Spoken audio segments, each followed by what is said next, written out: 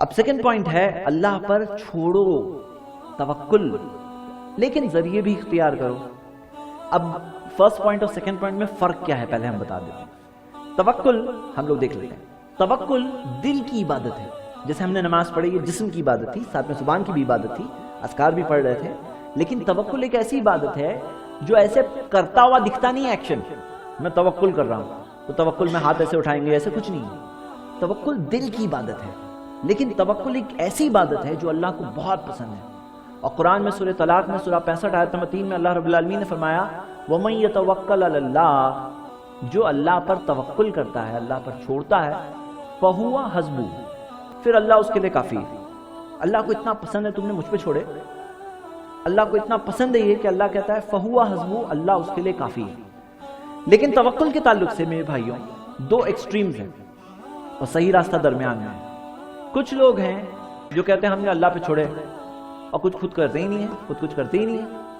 ان کا توکل کا کنسپٹ کیا ہے؟ اللہ پہ چھوڑو اور اللہ کرے گا۔ یہ کنسپٹ کچھ لوگوں کا ہے۔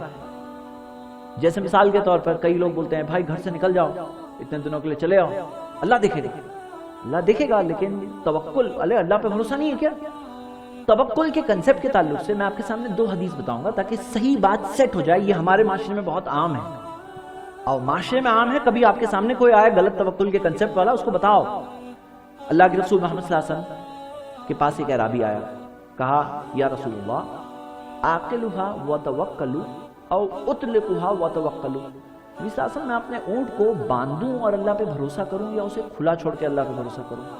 تو اللہ کے رسول محمد صلی اللہ علیہ وسلم نے فرمایا کہ عاقلھا وتوکل، اسے باندھو اور اللہ پہ بھروسہ کرو۔ اس کا سوال کیا ہے سمجھیے، اس کا سوال کیا ہے؟ اونٹ ہے، باندھو اور اللہ پہ بھروسہ کرو، اللہ یہ بچانے والا ہے، بچانے والا کون ہے؟ تو باندھ کیوں رہے ہو؟ باندھ کیوں رہے ہو؟ رسی پہ بھروسہ، اللہ پہ بھروسہ ہے۔ ان کا سوال بہت ٹو دا پوائنٹ ہے۔ امام طبرانی نے حدیث کو جمع کیا ہے، صحیح الجامع میں تحقیق ہے کہ اونٹ کو باندھوں اور بھروسہ کروں یا کھلا چھوڑ کے بھروسہ کروں؟ تو نبی صلی اللہ علیہ وسلم نے منہج طریقہ کار بتا دیا کہ اونٹ کو باندھو، لیکن بھروسہ کس پر؟ اللہ پہ کرو۔ بھروسہ نہیں کہ میں نے تو ایسا باندھا ہے بھاگے گا ہی نہیں، مجھے پورا بھروسہ ہے اپنے آپ پر، ہاں نہیں، اللہ پہ بھروسہ ہے انشاءاللہ نہیں بھاگے گا، ہاں اللہ پہ چھوڑ کر۔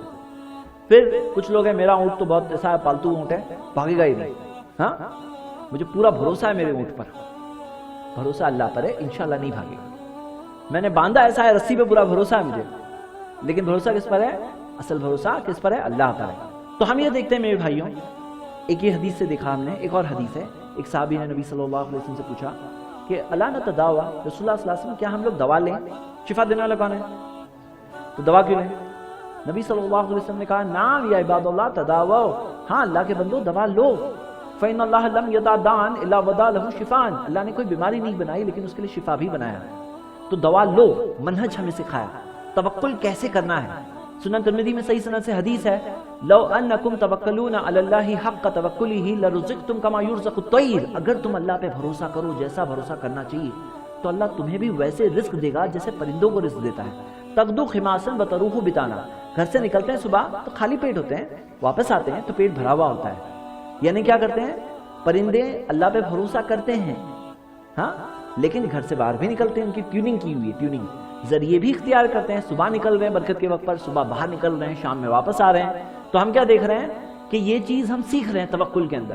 تو یہ ایک طرف وہ لوگ ہیں جو توکل کے نام میں بولتے ہیں ذریعے اختیار نہیں کرتے ہیں، تو یہ ایک سوچ کئی لوگوں کی بنی ہے، ایک دم ٹھوس سوچ بنی ہوئی ہے۔ دوسری طرف وہ لوگ ہیں جو کہتے ہیں ہم ہی سب کچھ ہیں، ہم میں تم کرو گے، کون ہو تم؟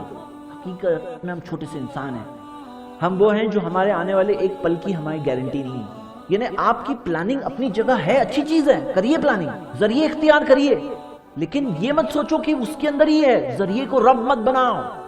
ذریعہ ہے، بحیثیت ذریعہ ہے، ذریعہ رب نہیں ہے، رب ہمارا اللہ ہے۔ تو میرے بھائیوں صحیح بات کیا ہے؟ ذریعے اختیار کرو۔